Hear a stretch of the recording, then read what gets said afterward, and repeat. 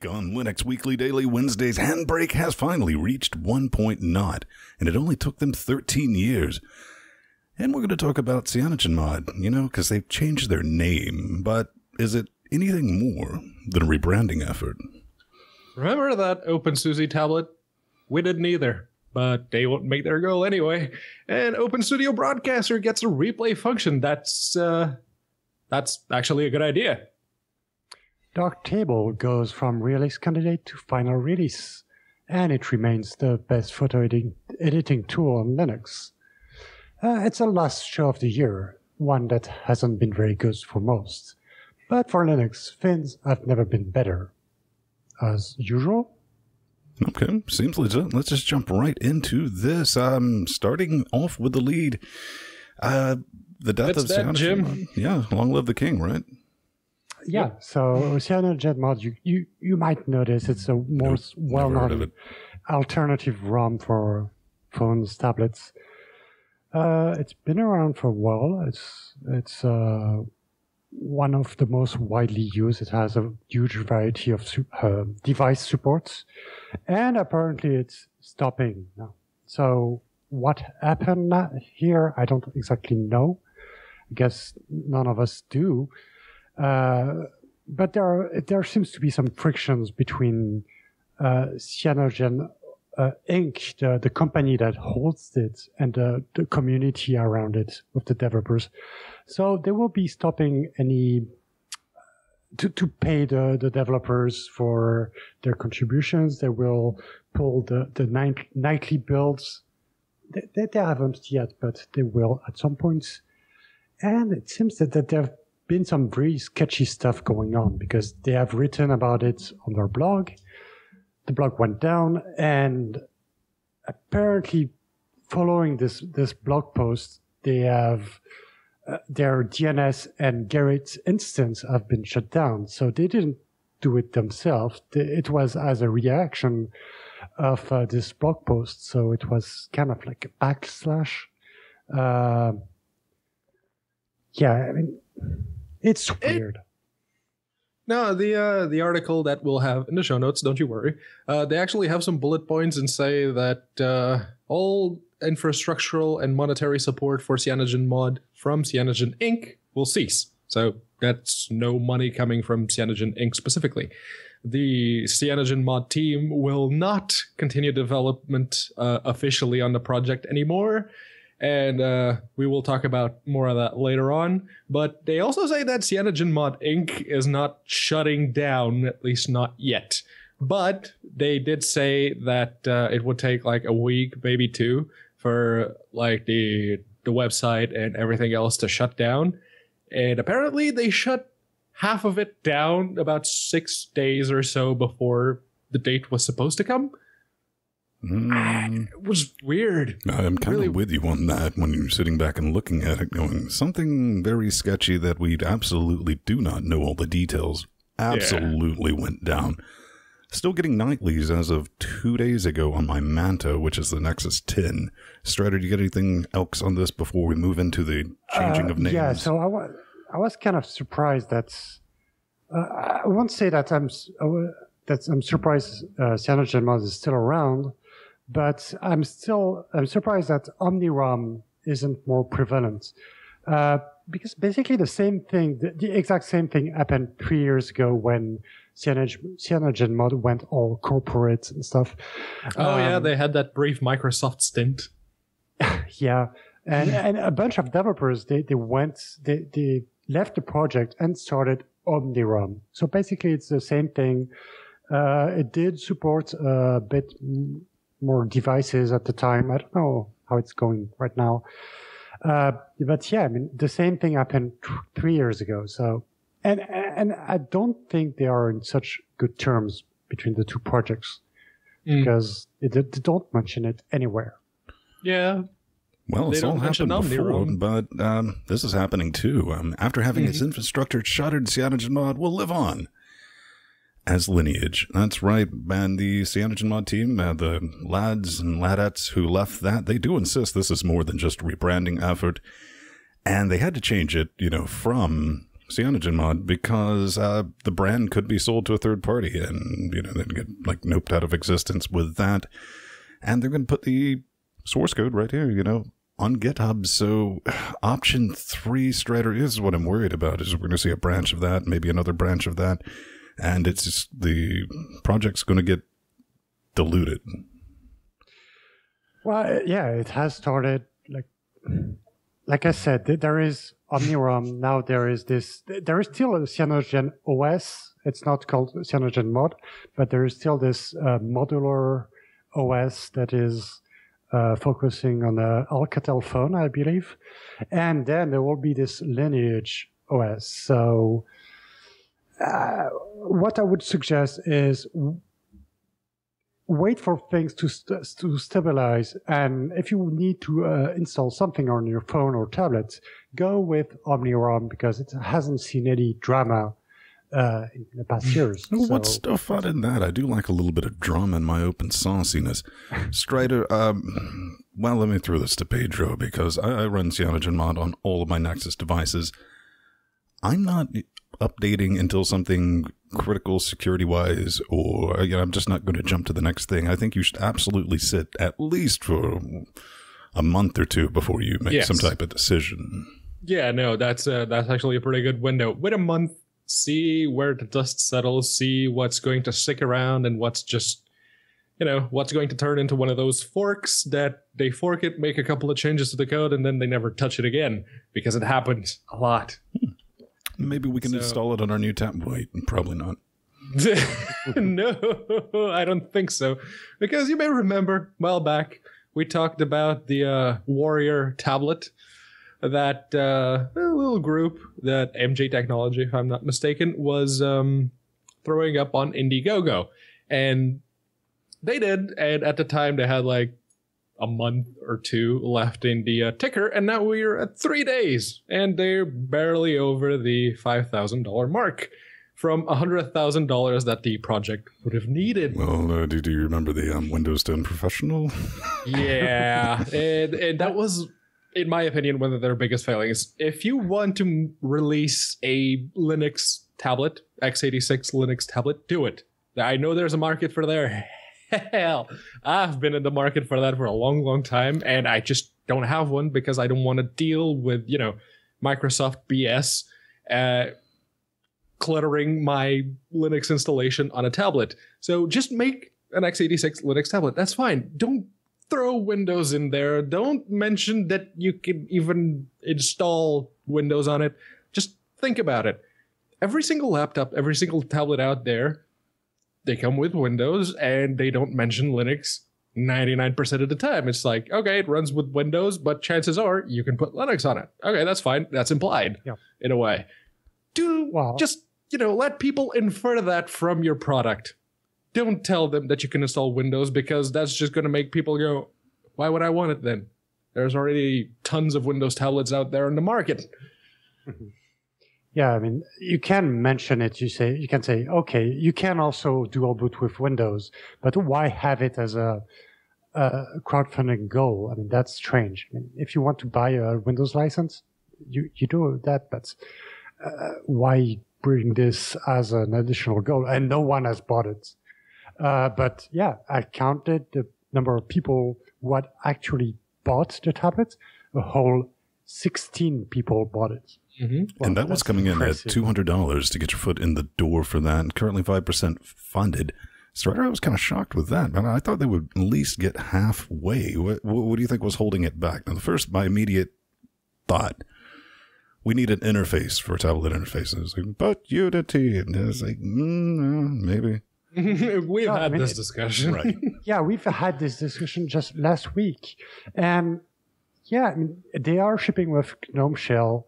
And as much as people would want it to be a touchscreen interface, it is very keyboard driven. And it is the desktop I use day to day.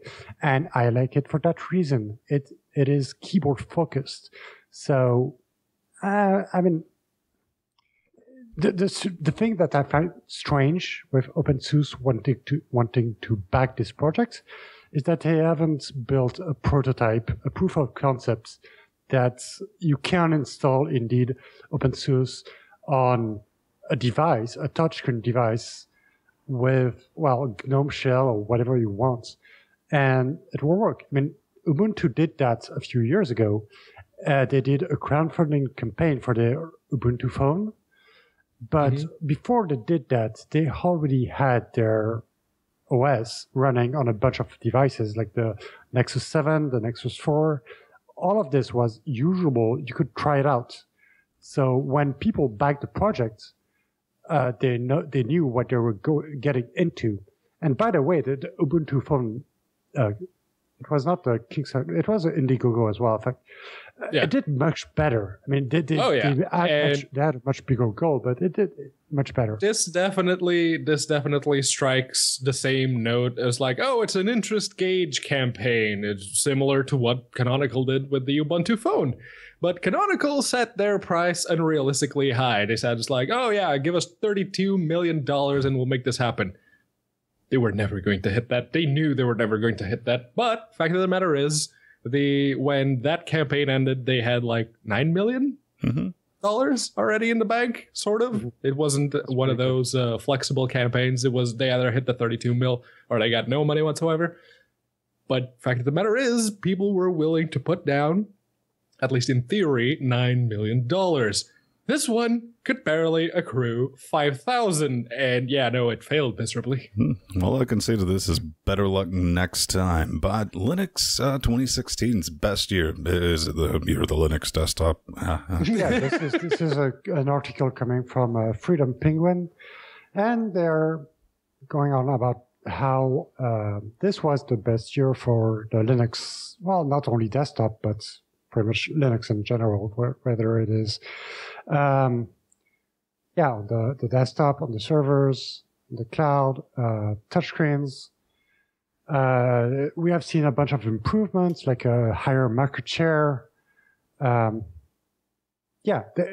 has been the best year for Linux, but then again, it has been the best year for Linux every year since 91.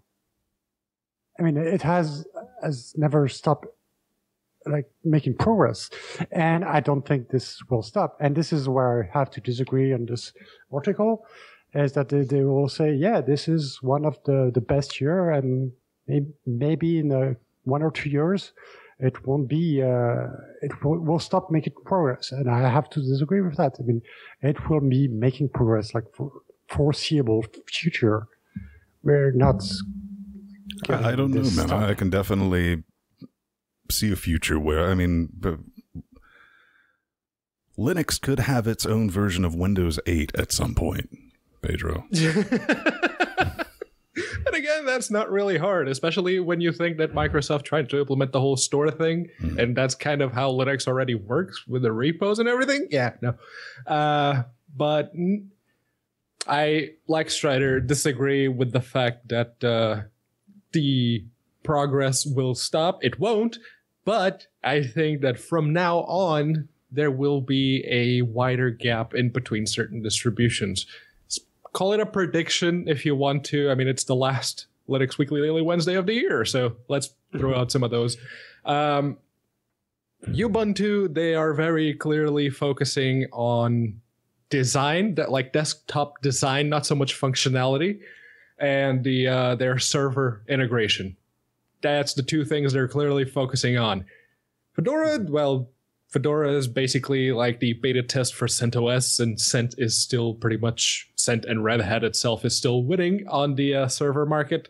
So they'll probably keep focusing on that. And Fedora will probably become, well, it has sort of become, because they finally managed to release the Wayland by default with Fedora 25. Yeah. So that's the thing. There are so many different Linux flavors that you would have to mess things pretty hard for all of them to be bad.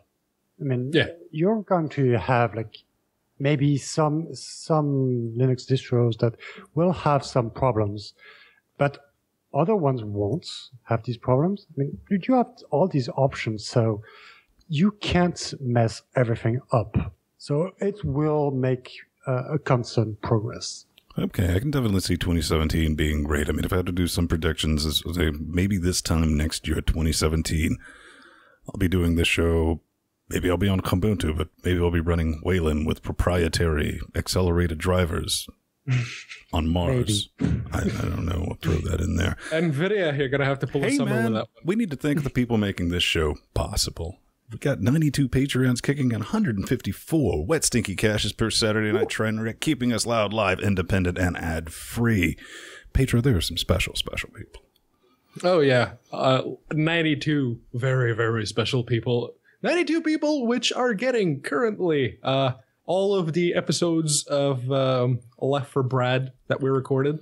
If you were a Patreon about a month ago, you will have noticed that we started the Left 4 Dead 1 campaigns. The first episode has now gone into public consumption, so everyone can watch it. If you like that, and if you'd like to get, get in early, as it were, on those episodes, and maybe, allow us to prototype some live shows about, say, Tuesdays or Mondays and Fridays or Thursdays.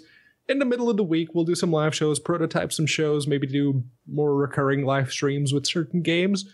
If you want us to do that, 175. It's not that far off. Come on. We could do it. We know it's a bit of a pain in the rear. You don't go over there, but Patreon's dead simple. And you might think, well, a buck a week, $4 a month. You wouldn't even see that on your card statement. Mm-hmm. And J-Man and I, from our Saturday show that we do, if you're into the Doctor Who's, we did a mystery science Doctor Who 9000, which is our version of Riff Tracks for the Christmas special. Oh, yes, there was the Christmas special. For the Patreons, if you want to grab that and listen to it. I don't know why, but some people really enjoy that. So let's quit chilling ourselves and get right onto this Chromebook nonsense. Anyone remember Bettridge's law of headlines? Whenever an article headline ends with a question mark, the safest and usually the correct answer is no. But in this case, that may not be entirely true. So the fine folks at omgchrome.com have posted an article asking, are Chromebooks fueling rise in hashtag Linux OS market share? We'll get into the hashtag thing in a bit. Strider's got a whole thing about it. But yeah, they say that, market share before Chromebooks were a thing for Linux was like 1%.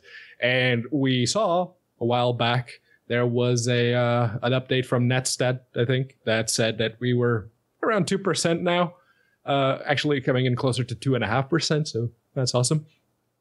It could, in fact, be due to the increased sales in Chromebooks. And if we are to take Amazon's numbers that they released at the end of 2014 and at the end of 2015, regarding the sales for that year, Chromebooks outsold everything that wasn't a tablet or a phone, Android phone specifically.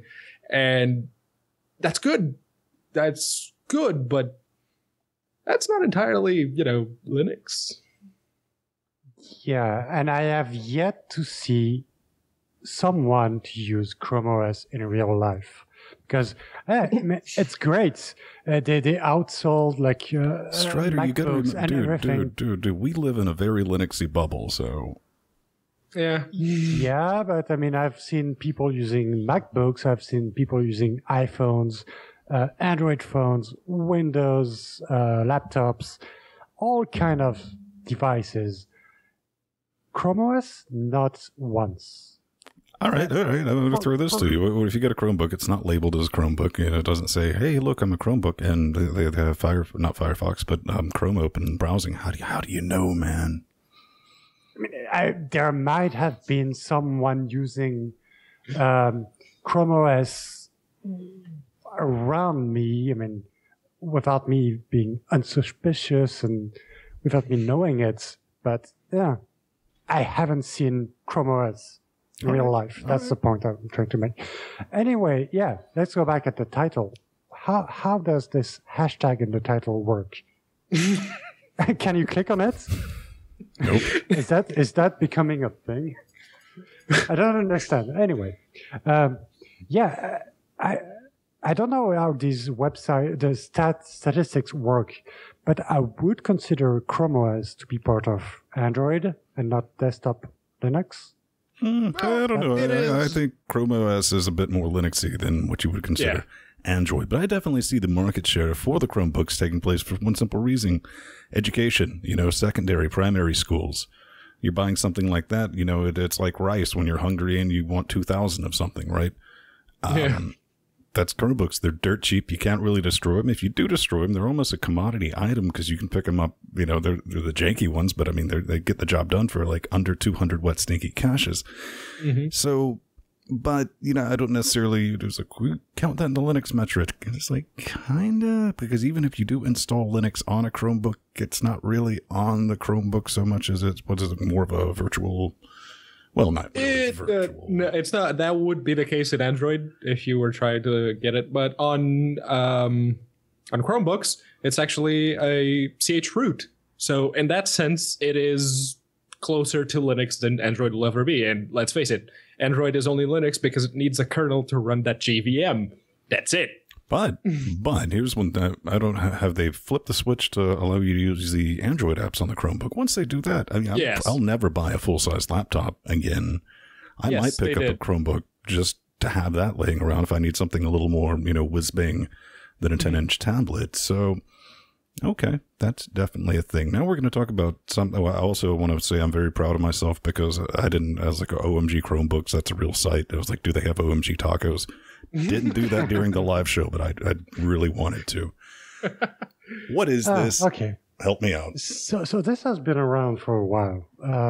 So it's Broadway, GTK Broadway.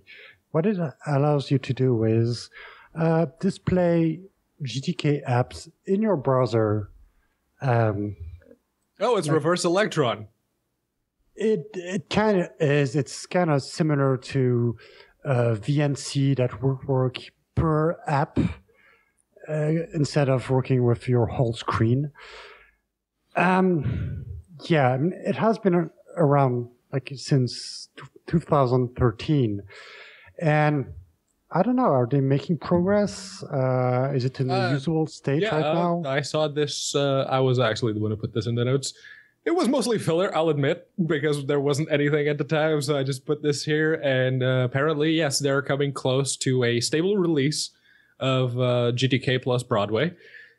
So, yeah, I started looking into it, it's reverse Electron. Electron allows you to create a GTK window to run a browser thingy, app, just render a page, what have you.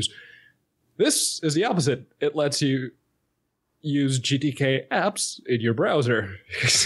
Why not? And Pizza Dude makes a good point here. Why would you want to do that? Yeah. Science isn't about why, it's about why not. Cave Johnson.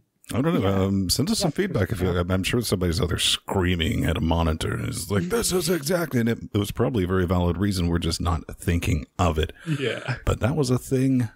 Hey, HandBrake. Hey, we know what that one's for. Not. How does a project get to be late? One day at a time. Fred Brooks, after more than 13 years of development, HandBrake team is delighted to present HandBrake 1.0. It's out. It does things. There's a bunch of new presets. Seems a little bit slower in some of the profiles. I encoded some reviews with it yesterday. One of the fun. Seems not a metric. Show us some benchmark here. For the Ryzen. The Ryzen one. Would it upset you if I decided not to do that? No, not at all. I don't care. All right, good. So I'll keep talking.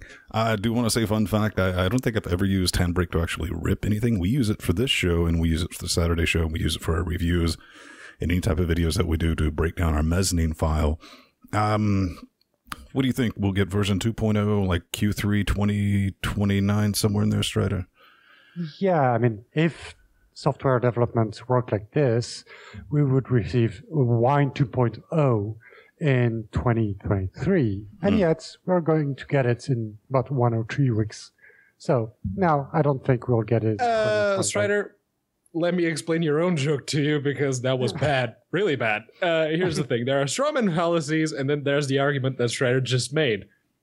Because if you wanted to, I don't know, maybe throw a joke that would win you on two fronts, you could have equated that to, say, XFCE. And that would win you on two fronts because XFCE is also one of those desktop environments that takes way too long to release a new version. Maybe that's a good thing. I mean, they don't have all that much to fix, but the fact of the matter is they do. And number two, you could also take a stab at Ven with that, because Ven likes XFCE. So, back on the topic of HandBrake, and not this pointless argument, it also includes support for VP9 and libopus audio. If you're on the Ubuntu's, there's a PPA for the download. Pop that in. I did it on the this box here in 1604. No issues with it so far, but I will report, if someone's like, oh, it didn't work on this device, or anything like that. But HandBrake was not the only multimedia tool to receive an update. Oh, no. No, it was not. OBS Studio. It's another one of the tools in our current tool chain around here at LGC HQ, as the case may be.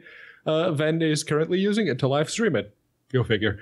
And they've the 17.0.0 release adds considerable number of changes. They've added a bunch of new stuff, including, but not limited to, a replay function, where you hit a specific hotkey and it will buffer. It will keep a buffer of what is going on screen, what you're setting it to record or not record. It just keeps a buffer of however many minutes before you hit the key, and it will save it, which is great if you want to capture something that just happened and you weren't recording at the time, but you kind of really wanted that. Now you can do it, and apparently it works. I haven't had a chance to try it yet, but apparently it works. And as for Linux-specific changes, they fixed an X11-related memory leak in certain cases. So they also explain what a memory leak is. Not that we need it, because we're all running Chrome. That's definitely the true. I've never had a problem with memory leak issues. I'll sit down and take the Pepsi challenge with this new version, but I just want to give a little pro tip. If you want to get FFmpeg, OBS, what else did we throw the kitchen sink in there, Strider? What else we got? That's about it. I mean, there was another simple screen recorder at one point, because I removed it because it was unmaintained and nobody was using it. I will need to run that script one more time to give it a bit of a refresh. Where can people go to get it? It's in the Lutris GitHub. So yeah, you need to make a short URL for that and post it somewhere. I don't know, maybe Chatroom static? Or in the show notes. Oh, guess what? Maybe we'll put it in there. But one last little bit of business. Darktable, it's out, finally. We've pretty much talked this one to death. This is just kind of an announcement, right? Yeah, I mean, so the final release is here. If you want to know has been brought into this new release, you can go watch the previous episode we made about the RC2, I think. Yeah. It's pretty much the same thing now. I mean, it still is the best photo editing tool out there on Linux. So if you are into photography and such things, you need to have this installed. So, okay, that's pretty cool. Darktable.org. Yep. I don't know how to photo well enough to justify using this, but I've just heard fantastic things. Yeah, I know. Everyone who follows me on G+ knows that all of my photos, they usually come from this tablet, and they all look like potatoes. So no. Well, I do have a real camera, but it's not one of the cameras that are supported by Darktable, and that's for a reason, because they mostly support cameras that can do raw photos, and mine can't do that. So I think my D80 does raw. My old Nikon. I would have to fish that thing out. I might do that one day. Okay, let's well, I guess we're kind of having a little bit of holiday pie this week. Yes, we do. Just a teeny tiny bit. It's our slice of pie. And oh wow, you want some holiday jokes? The really bad ones. The Cracker Jokatron sounds like something we named. Ironic. It sounds like something from Linux Gamecast Weekly. So that's a bit overkill project, if you ask me. It's using a Raspberry Pi to basically play two wave files when you tell a joke. So there's the the badum puff, and the bad joke sound. Okay, I mean, seriously, do you need a full-blown computer in order to play 2 sounds? When I was a kid, there was these little like keychains that had 8 sounds, and they didn't use a 1 gigahertz CPU to do that. Why do you have a problem with overkill all of a sudden? No, I just want to let everyone remember that on that same device you play those 2 WAV files, you can also run Kodi and RetroArch. Don't forget about that. No, that's good. Multiple use. I mean, this could just be fun because they're just showing it with some breadboarding, no soldering required, and that's fun. Personally, you can get crackers at Poundland English Vin. So I'd probably just stick with that. But we like talking to you so much. We also want you to scream back in our direction. Oh, yes, you should. Scream at us. We love it. We're kind of masochists. I mean, we are here doing this, are we not? Right. And no, if you want to get in touch with us, we love you. We love to hear from you. So go on over to linuxgamecast.com. You hit the contact button. You say disparaging remarks about our mothers to fill out the form. It's pretty easy. If you want to send some hate mail and say some really nice things to Linux Gamecast Weekly, you can do that too. You just pick LGCW or LGC Weekly from the little Dropbox thingy there. But this week we had last week's Patreon that I happened to read out loud in 2 different pronunciations, and he says, or he or she, as the case may be, says Pedro pronounced Achtung correctly. Interesting enough, rarely has anyone mispronounced it since I started using it over 16 years ago. Now, that was a Venn style yes to my question about how to pronounce it, because I said to both and he didn't specify which one was the right one. If I were to choose, I would pronounce it with like the French word certain minus the C, so Ertin. That's fun. Yeah, that's kind of what I went for. It's like it's either Ertin or Ertin. I don't know. Ertin's getting very close to Achtung. So moving on. Ooh, drivers. Yeah, Friezo writes it, man. He's like, hey, we're talking about that Roccat, hey, no more drivers. That's definitely a thing. But Friezo does write in. He's like, yo, I wrote Roccat a message asking if they had any contingency plans in place to keep up support on Linux for their devices. I got this message back from their support. And I'm quoting, we're already in contact with the developers who offered to continue working on the project Stefan started in 2009. If we come to an agreement, we will. That's kind of code of like, as long as they don't ask for money, as a bare minimum, offer the same support that Stefan got. And so Friezo concludes this. So it seems, for just now, the project is not entirely dead, and that's great. I think Strider pretty much, hit the head on the nail with that when he's like, it's open source. You can't kill it, man. It's going to... Yeah. I mean, do you realize how weird this must be for all these people who were really sad and like, oh no, it's dead, and they buried the project when the developer left. You know what? Barricade yourself. Grab your shovel and your shotgun. It's the night of the living. Dead open source projects. Yeah, no, it actually wasn't dead because Stefan Aschatz, he did an AMA on Linux_gaming, if you were paying attention to that subreddit, and he said that he is not going to abandon it. He's just not going to introduce any new devices. He's still going to support and provide, if you find a bug, if you file the bug, and the SourceForge bug tracker thingy for the Roccat tools, he will probably fix them if he can. But after he's done adding that one device, the Skelter, I think it was, he is not going to add any more. And it's sad in a way, but I mean, it's sad in a way. I remember reading his AMA, but he really came across, he's like, man, I'm just tired of doing this. Yeah, he was really tired of it. And he also implied, is one of the things that I thought was really interesting on that AMA, was that apparently Roccat offered him money to do that. He just didn't want to. Right. He says this is not about money. They offered money. It's like the money wouldn't give me my time back. So yeah. All right. I guess good guy Roccat, they're going to, actually, I'm sure a bunch of people dived on that. And they're like, hey, we'll help. And that's brilliant. I love that about our community. And looking forward to some more updates on that. But we're going to get out of here. We've taken up enough of your time. We hope you enjoyed it. If you want to contact me on the social media thingies, I'm at Vinstone on the Twitter nets and plus Vinstone on the G pluses. And remember, if you want to get notifications when we go live, we're on twitch.tv/Linux Gamecast and youtube.com/Linux Gamecast. Indeed. And it's kind of amazing how Google Plus lets you have your own custom Google URL, because if you just type google.com/plus Pedro Mateos, you'll see my profile. That's really awesome.